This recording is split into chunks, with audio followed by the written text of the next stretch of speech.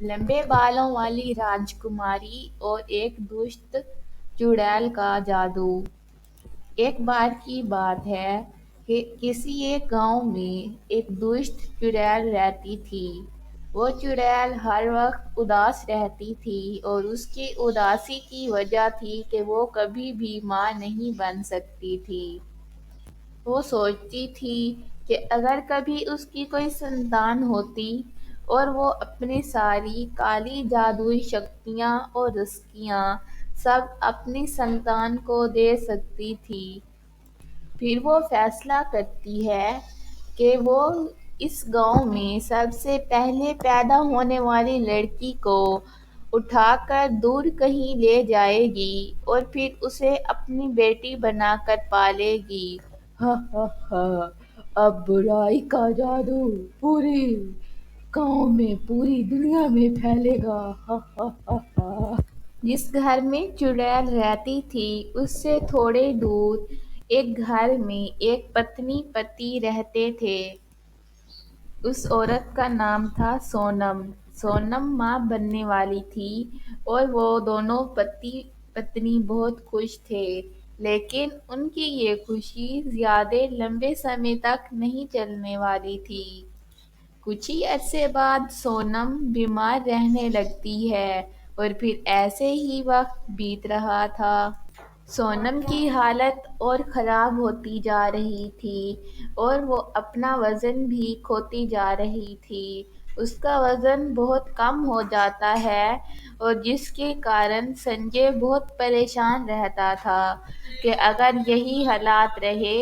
تو وہ لوگ اپنا بچہ کھو دیں گے۔ تو اسی کارن سنجے نے بہت ہی اچھے ہسپتالوں سے سونم کے لیے دوائیاں لیں مگر کچھ بھی افاقہ نہیں ہو رہا تھا۔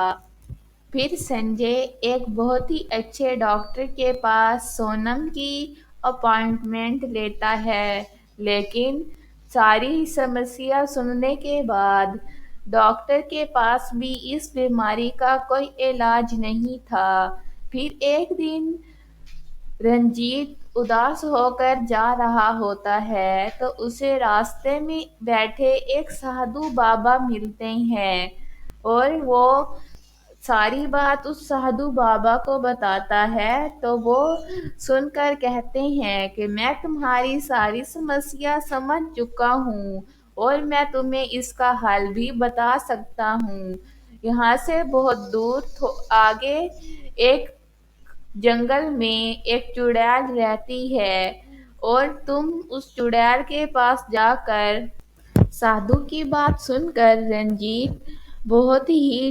برے من سے اس جنگل کی اور چل دیتا ہے اور پھر وہ اسی غفا کے باہر کھڑے ہو کر زور زور سے چڑیل کا دروازہ کھٹکھٹانے لگتا ہے۔ تو کچھ ہی دیر بعد وہ چڑیل واپس آتی ہے اور وہ آ کر رنجیت سے پوچھتی ہے کہ کیا مسئلہ ہے تمہیں، تم کب سے میرا دروازہ پیٹ رہے ہو؟ رنجیت اسے ساری بات بتاتا ہے اور کہتا ہے کہ اگر تم وہ جڑی بوٹی دے دو تو میری بیوی اور میرا بچہ دونوں بچ سکتے ہیں اور میں تمہارا بہت ہی احسان مند رہوں گا۔ یہ بات سن کر چڑیل پہلے سے ہی لالچ میں تھی تو اور لالچ میں پڑ جاتی ہے اور وہ رنجیت سے کہتی ہے ٹھیک ہے میں تمہیں وہ جڑی بوٹی دے دوں گی، لیکن میری ایک شرط ہے کہ جب تمہاری بیوی کے ہاں بچہ پیدا ہوگا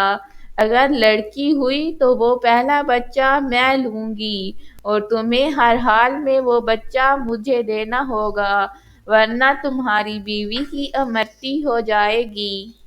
پہلے تو رنجیت تھوڑا پریشان ہوتا ہے لیکن اس کے بعد پھر وہ چڑیل کی بات مانتے ہوئے کہتا ہے کہ ٹھیک ہے اگر بیٹی ہوئی تو وہ میں تمہیں دے دوں گا۔ اور پھر کچھ ہی عرصے بعد ان کے ہاں ایک بیٹی پیدا ہوتی ہے۔ ان کے ہاں ایک خوبصورت سی بیٹی پیدا ہوتی ہے اور پھر چڑیل کو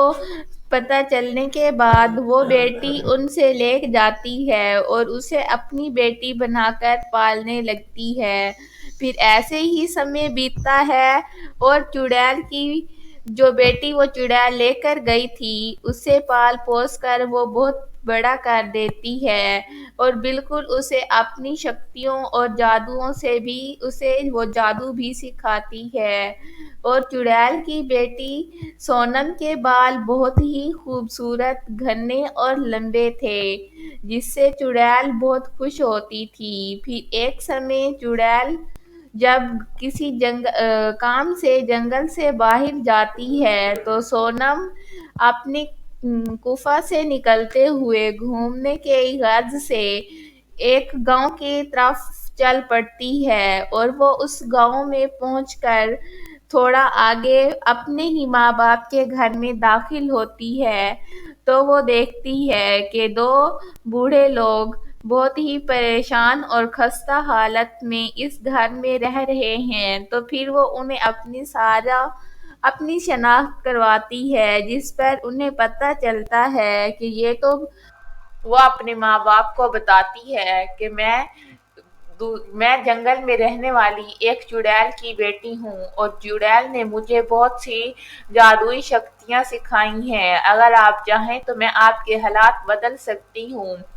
تب ہی اس کے ماں باپ اسے پہچان لیتے ہیں اور اسے ساری کہانی بتاتے ہیں، جس کے بعد وہ اپنے ماں باپ کے ساتھ وہ راجے اور وہ گاؤں چھوڑ کر کسی اور راجے میں جا بستی ہے۔ اور پھر ایک دن ایسے ہی اسی راجے کا شہزادہ جنگل میں شکار کی غرض سے نکلتا ہے تو اسے وہ لڑکی لمبے بالوں والی خوبصورت راجکماری مل جاتی ہے اور اسے پسند آ جاتی ہے اور اس سے شادی کرنے کی خواہش ظاہر کرتا ہے اور پھر کچھ ہی دنوں میں ان دونوں کی شادی ہو جاتی ہے اور وہ ہنسی خوشی سب لوگ اپنی زندگی گزارنے لگتے ہیں اور اس طرح سے انہوں نے دشت جادوگرنی سے بھی اپنی